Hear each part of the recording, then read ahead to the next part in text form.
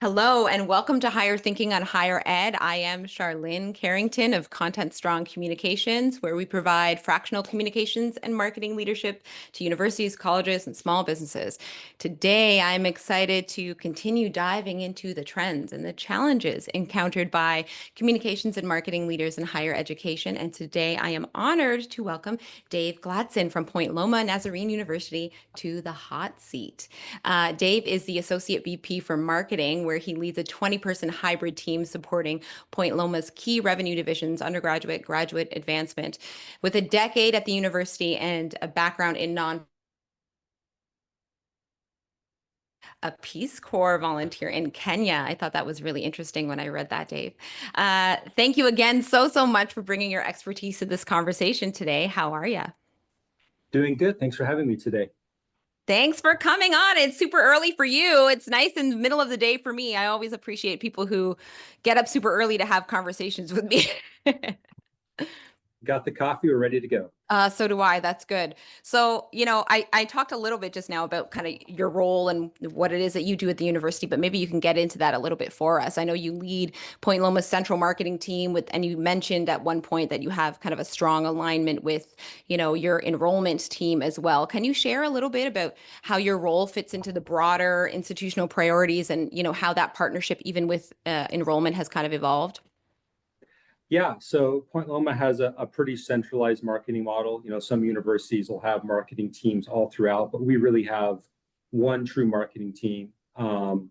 So we support undergrad admissions, any kind of content they're producing, brochures, emails, kind of that traditional stuff, all the way onto our graduate side. We really almost function as an internal agency, and we're running all the digital advertising, like doing all the strategy for that, supporting our advancement office. We do the university magazine. So it really is a central team supporting the whole university. We have three key teams. We have a content team, a design team, and a operations team that includes like our research function and our email. So Right.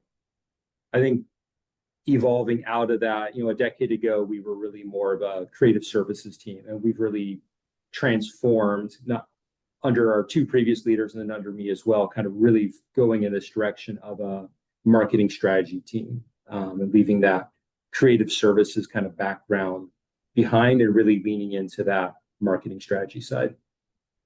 Okay, very good. So if I were pick up on that a little bit, you talk a bit about the shift between actually doing that creative service, which I see in my brain is more tactical, to the strategic marketing lens side of it. How would you say that, that new lens is really pushing your institutional strategy forward? Yeah, I mean, something that stuck with me even since my very first marketing class is the idea that if marketing is not involved in the product design, you're not Hmm. doing marketing, you're just promoting. Right. And I think that's something that Point Loma has done really well, and our team's really been able to lean into is getting deeply involved in that strategic planning process and bringing that marketing lens, that data informed lens to the very beginning. We're Right. not, it's so often faculty will come, here's an idea, it's ready to go, please find me students. And we've really been able to get marketing in beginning the process and say, here's a great idea from the faculty, let's do the research, let's figure out what needs to be true about this degree for it to be Right. marketable, so that when it comes to market, we can get students efficiently. We're not throwing dollars at a program trying to fill seats, but it's like, hey, we've got something that's students want. It's a whole lot easier to fill it if it's designed around what students want versus just being a generic product offering.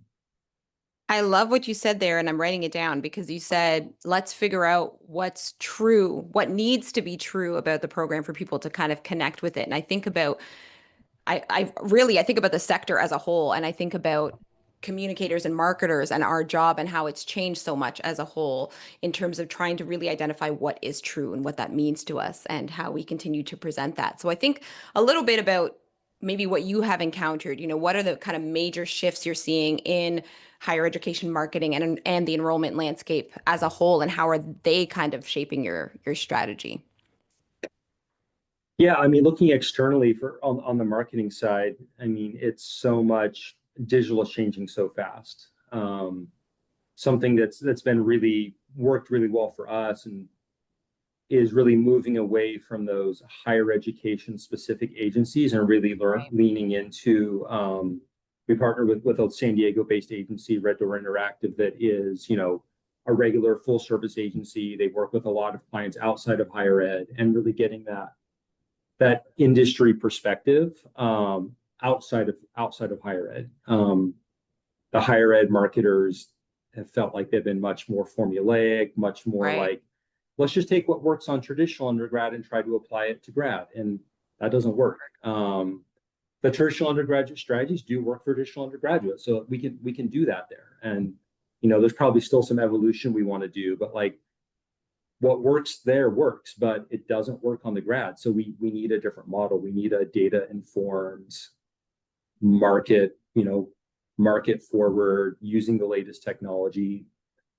A graduate consumer is very different than a 16-year-old high school student. We can't use the same tactics. We can't use the same strategies for those two audiences. So really bringing in an agency that can think differently. Right. And I think about, you know, as you talked about that, I think about just that idea between the way even the newer undergrad students are absorbing and consuming information, consuming, you know, some of the marketing tactics that we would typically send to them, promote to them, I think are landing differently just because, you know, they're digital natives. They're in front of a screen all the time, and the way they consume things, the way they distrust things. I wonder if you've seen any of that in terms of like the way you guys market to both undergrad and graduate students, just this idea of, you know, how much AI has influenced these audiences, how much having a screen has influenced these audiences, and just the idea of trying to, you know, ascertain what's authentic and what's not. It's a big question. It is a big question. And I think you're right that those two audiences, even though, you know, they're only a few years apart, like it is a very different mindset. You know, the high school student, yeah, they're digital natives, and a really long sales cycle. Like a lot of them are considering what college they're going to as early as middle school. Like Right. it's not a 6-month sales cycle. It's a 5-year sales cycle. So it's a combination of like, there's all the specific tactics and we want to optimize those tactics. It's also really leaning into the value of brand. I think maybe looking back at the last kind of decade of just marketing strategy, like we've been in a time where we can measure everything. And if we can measure it, we can optimize it. And I think maybe recognizing now that it's still true. We should optimize and measure what we can measure, optimize what we can optimize, but there is value to just investing in brand. And you can optimize the specific tactics all you want, but if you don't have a strong brand to go with it, you're not going to be getting the returns you want to see. Like you have to do both. I think that's particularly true with that high school audience of where they do have such a long sales cycle, where they're looking at so many options beyond, you know, not just which college should I go to, but should I go to college? Right. Do I want to wait a couple years and get in the workforce first? And I can always come back later. Like if I don't do this at 18, like I can come back at 20 and do an online program. Is that the best option for every student? Probably not, but it's an option they're considering. So we have to understand that's the reality of the choices they're looking at. And we need to have a really strong brand value proposition to go with the really good email tactics, really good social media tactics. Has that been a challenge for you guys in the past? Like I know I've had conversations with other institutions that have very much so talked about this idea of, you know, demonstrating the value of higher education as a whole. But I think about how exactly what you mentioned, this idea of really tying it into your brand and your value proposition of your brand and of your school specifically. I wonder if you have anything to add to that. I mean, I think it's just something you have to constantly do and never get lazy on. I mean, we're really lucky. If you've been to our website, you know, we have a beachside location. Like we do lean into that a lot. Yeah. We get to show off you know, our freshman dorms are 20 feet from the water. We have surfboard racks. We use those photos a lot and we get a lot of value out of them. But we also need to show the career value because that alone, the awesome location isn't enough. We need to show if you get this degree, this is what you're going to be able to do with it afterwards. This is how we're going to make sure that not just after you graduate, but like all along the way, here's how these classes are setting you up for success. Right. How these classes are helping you figure out what you want to do after college. There is a big exploratory aspect to a liberal arts institution, and like making sure that we tell those stories and continue retelling them, because the way we told it 5 years ago may not resonate today. Right. So consistently going back, consistently getting that, pulling that student voice, that recent alumni voice into those stories, and just continually leaning into that. I think if we don't do that, like it's going to be a big miss. And you said just now this idea of, having to retell the stories in different ways. And because obviously what happened 5 years ago is not going to work today. Why do you think that is? I mean, it's partially just things are shifting so quickly. Like to your point about authenticity, a video from a couple years ago, you can tell, it looks different. Even really small signals, like people are looking, because there's so much kind of this AI generated content coming, like people are really looking for those authenticity signals. And I think, a video that has content from several years ago may not land, because it's obvious that it's not recent. Doesn't need to be highly produced. I think we've seen that same thing, like highly produced video content may not be what we need. It's Right. give that student an iPhone, let them talk to it the way they would on TikTok. That's what students want to hear. That's what's actually going to be more effective than a storyboarded. Yeah. We need those too. There's use cases for those really highly produced, really well crafted videos. We want those, but we also need that. Just let the student talk the way they would on TikTok and share their story, and that's going to speak to that student audience very authentically, and like lean into Right. that. We can't control the messaging in the same way. We have to be okay with that. We have to be okay with sacrificing some of the control over how the message is expressed to get that authenticity. Absolutely. You're not the first person to talk about that either. You're not. You mentioned earlier about metrics. I always want to ask the metrics question. Like, what are you, obviously metrics driven in marketing in general, but what are you following right now? What KPIs are you most focused on, and how are you using that data to kind of drive your strategy in real time? Yeah, I mean, I'll shift to the grad audience there, because I feel like that's where we've made a lot of innovation, a lot of progress. You know, the CRM, the management system that we had for tracking leads that we inherited was very undergrad focused, and we've had to do a lot of work in the last decade to really even build in the fields we need to track the kind of data that we need to optimize. The system was very set up to thinking about, well, just inquiry to enroll conversion rate, and that's really all we Right. can track. But it's a long sales cycle. I can't wait a year to see whether or not this ad campaign is performing. I need data from this week. So we've really, in both within the data, but then also really in partnership with enrollment, and figuring out what's the right ways to track the data, building in, we call it qualified inquiry, but it's like, what is that immediate touch point where within 3 days of this inquiry coming to the system, we can have a signal, is this person likely to enroll, or are they not likely to enroll? So that we can then feed that back into the ads and say, give us more people like this, send us fewer people like these ones who don't engage. And the metric that we found that's most predictive is, do they get on the phone? After for the grad audience, once they've inquired or once they've started that stealth application, do they engage with a counselor? If they engage with a counselor and that first conversation is positive, that's a really strong signal. We want to bring more people like that in for the ads. If they open the emails, but they don't engage with the counselor, or they don't engage with the counselor after starting the app, that's a pretty negative signal. We probably want to have the ads focus on less people like that. So, using the digital platforms, using all the optimization tools there, but really making sure that it's giving it the right data signal. If you give it a signal of email opens, it's gonna,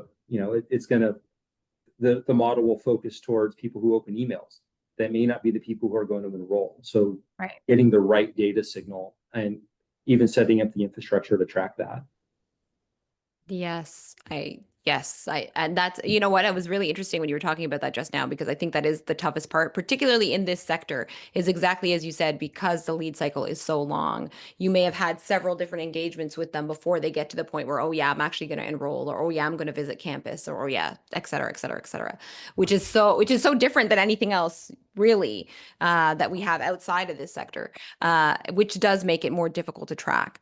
I wonder, thinking about your strategy as a whole, and not necessarily tied to like enrollment or marketing, but just thinking about your role. You lead this kind of cross-functional hybrid team that is at the center of marketing and enrollment. What has worked well in kind of fostering collaboration and efficiency across that modality? And where are you still kind of seeing friction in terms of your workflows, in terms of communication, in terms of, reaching those metrics even? Yeah, it's a great question, and it's a constantly evolving. It's constantly evolving. Um, you know, if looking back 6 years ago, we didn't have a really strong leadership on the enrollment side, and there was a lot of confusion between our roles. Marketing was doing a lot of work that enrollment should be doing. Enrollment was trying to do marketing's job. Like there was a lot of friction points, a lot of crossover.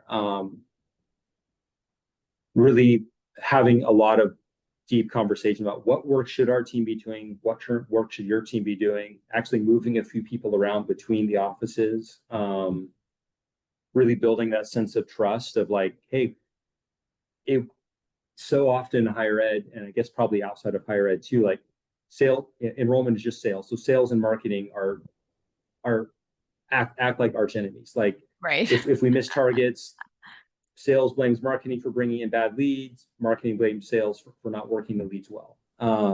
That's not productive for either team. So building that sense of trust between the leaders and between the teams, all the way through the structure that, hey, we have each other's backs. We're going to share data.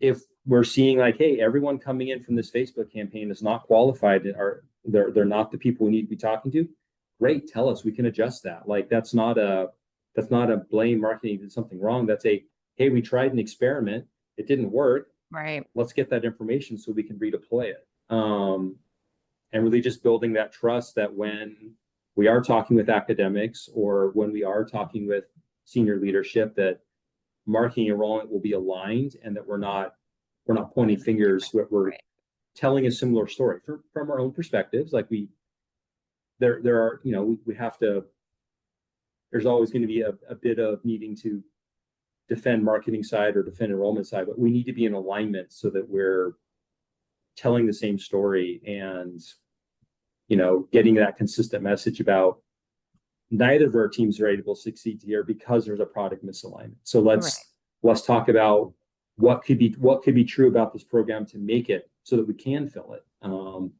Is it getting more field experience? Is it we really need a new concentration, or like what would need this? We have the wrong modality. We really need an online modality for this program. But like, if we're in alignment, it's much easier to have that conversation with academics and work on bringing the program to be more market aligned so we can all succeed.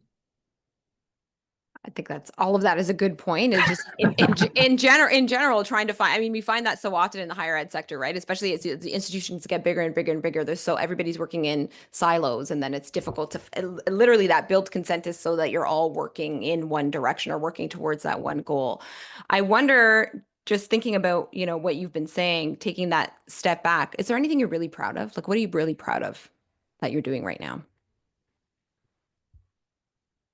I'm proud of the way that marketing has gotten itself into those early conversations. I think it sounds boring, but like it doesn't. Marketing's role in strategic enrollment planning and doing market research at the very beginning and bringing that data in when we're first thinking about launching a program instead of after we've already written the curriculum. Again, it sounds boring, it sounds wonky, but it's so critical to success. I think the little shifts we make there have a huge impact, making enrollment job easier, making marketing job easier when the program actually launches.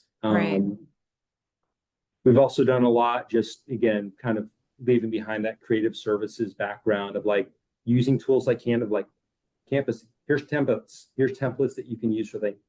I can't make this postcard for you, but here are 10 beautiful postcard templates that you can use. You can probably make the postcard faster than you can tell me what you want on the postcard. Right. Here you go. And understanding that, well, I'm not going to give you feedback that, yeah, that logo could have been 3 pixels to the left, like, or didn't like, okay, some of that we're gonna have to let go. We're gonna have to let go of some of that creative feedback because we're empowering people. Using things like we have a really great photography bank in our dam that we're using to really get that photography out to campus, where we're not holding on to it and reserving the photos only for our use. We're really making sure the campus has access to them. And when you use them on your poster, great. Here they are. Search them, use whatever you want. They're here as a resource for you. So really focusing on that campus empowerment, campus enablement. That's a good one. But if I think about, you're doing great things, you're proud of a lot of stuff. What's hard for you right now? What are kind of your big challenges? Big challenges. I think the biggest challenge, and maybe it's because I see this discussed on LinkedIn constantly, is everyone thinks they're a marketer.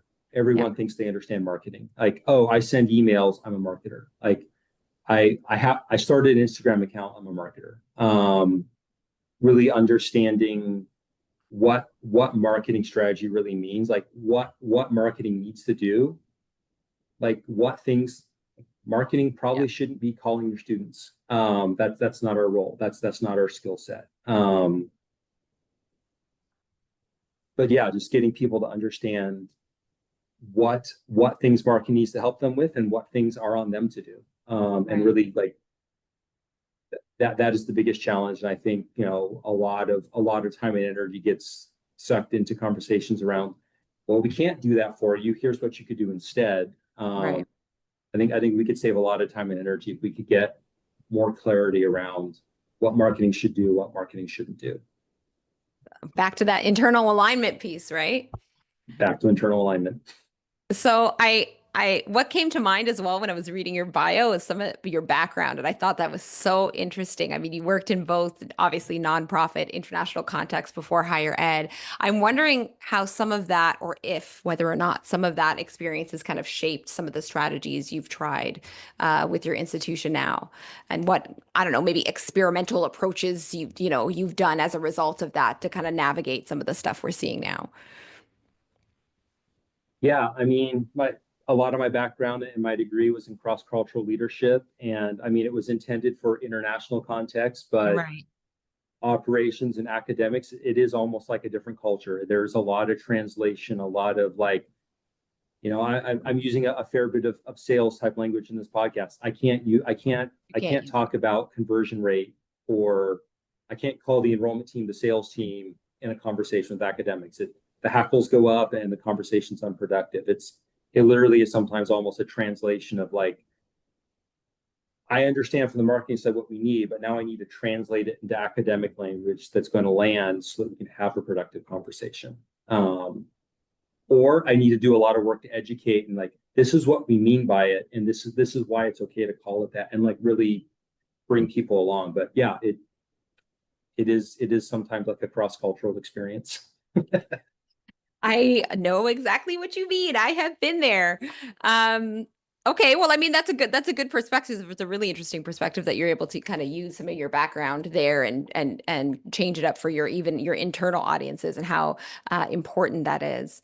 I think about as well, what your goals are. So if we think about the next 6 to 12 months, what are your top priorities? What are the top things you really want to achieve? Yeah, I mean, as an institution, I'll answer that first. Like as an institution, I think it's really about smart growth. There's a lot of talk in the media about higher ed's in trouble, like demographic cliff, all this, and that is all true.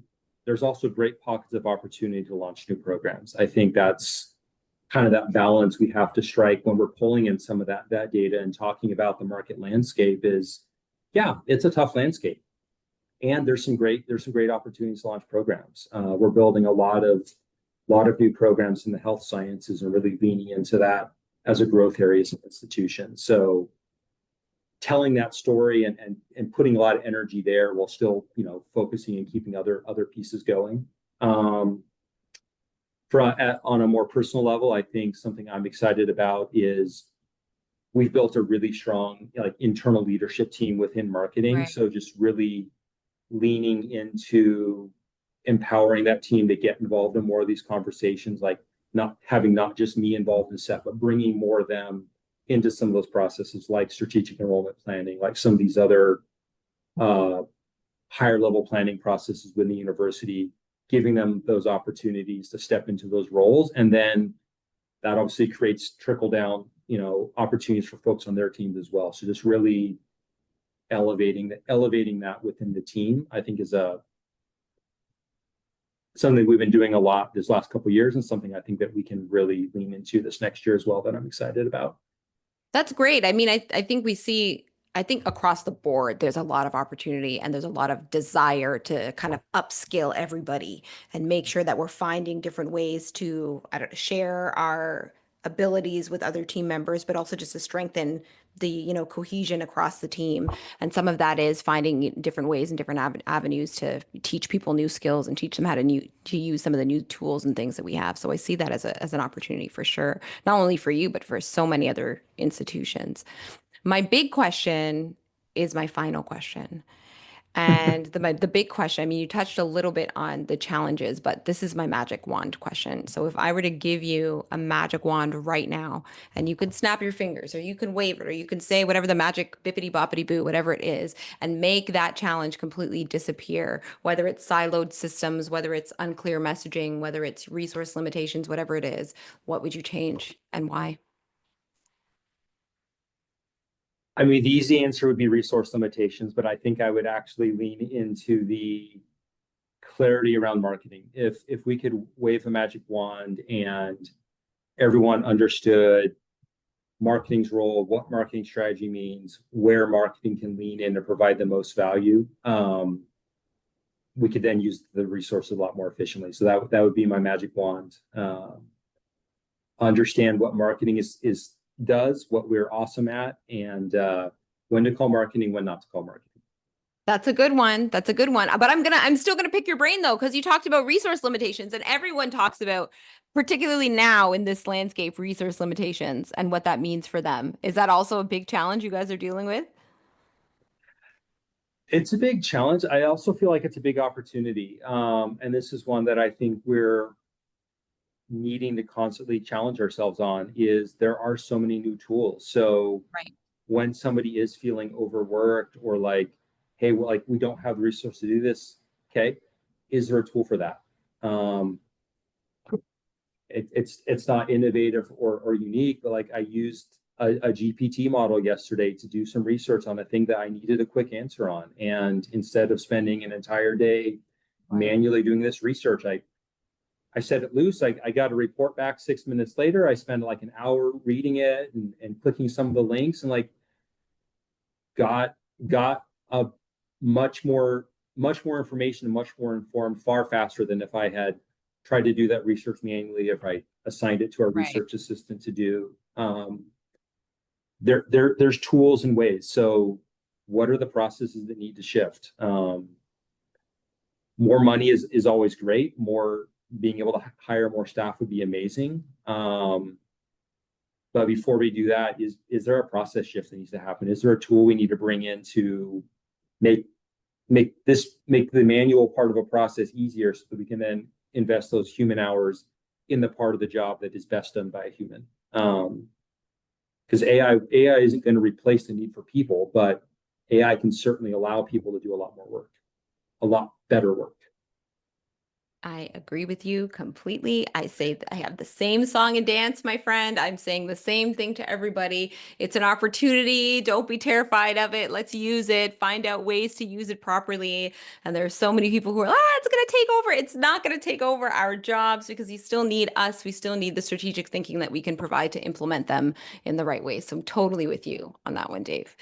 Um, Is there Yeah. anything else that comes to mind that you're like, I really want to share this with Sharlyn and with the broader post-secondary sector?